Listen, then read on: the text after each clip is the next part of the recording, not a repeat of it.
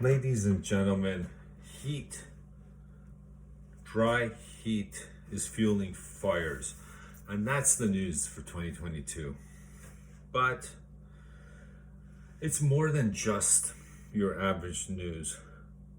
It's probably reaffirming that global warming is in all likelihood here to stay, that it's going to change our lives, it's going to change our decision-making process at the short run and in the long run.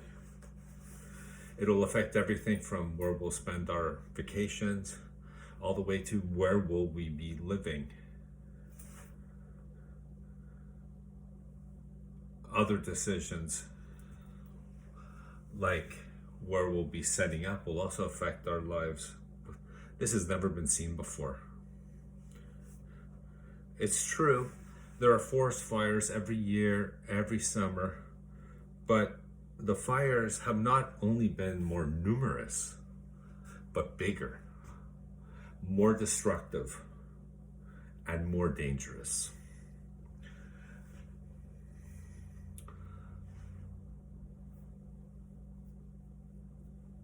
I think you could say, without exaggerating, that all of Spain has been affected, from Galicia to Valencia to Extremadura. 45 fires have ripped through up until at least the 7th of August, engulfing over 250,000 hectares. More than twice the area of last year. This is not just a question of amount, but as I was saying, that the fires this year are more destructive, are more dangerous, just harder to extinguish. And not only that, but they're affecting populations more and more every day. Thousands and thousands of people have had to be relocated. The fires are also affecting very valuable special areas. This year, the fires are affecting forests, populations, trains, agricultural operations.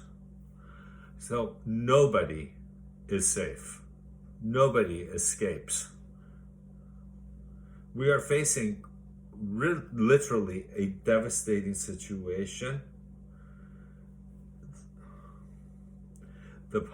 The biggest risk factor that we're seeing causing all this is, of course, global warming. At the rate that the world gets hotter, things get drier as the temperatures go up. And the truth is, they're more frequent and more extreme. So we could say that the climate is heating, and a lot, by quite a bit. Now in Spain, for example, in the last 100 years, 8 of the hottest years have been registered, which is affecting everything in the economy, even food production. These weather conditions have an impact. Fundamentally, we're seeing this affect the interior of the country, which is now being referred to as the anti-Spain. Spain is kind of, the population density is distributed in a very uneven manner, mostly along the coasts and within the capitals of each province. So the population is distributed in a very uneven manner. Most Spanish people live along the coasts or the capitals in the interior of the country. And this is creating a dispopulation, which actually plays in favor of the fires. At the end of the 20th century, we saw kind of a massive rural exodus.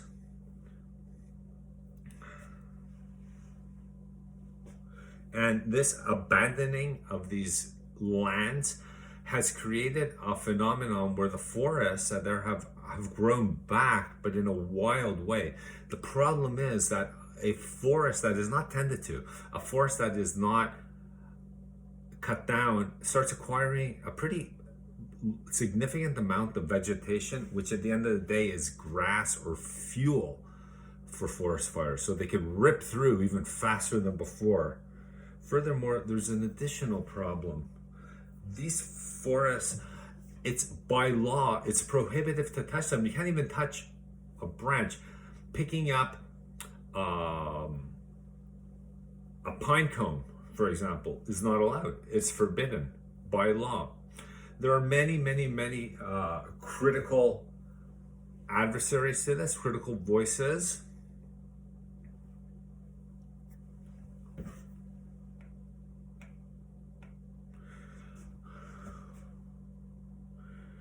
They're very critical about this protective model of the natural resources.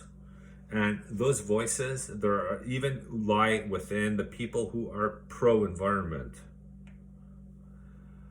Unfortunately, while this continues to be debated, the forest continues to burn.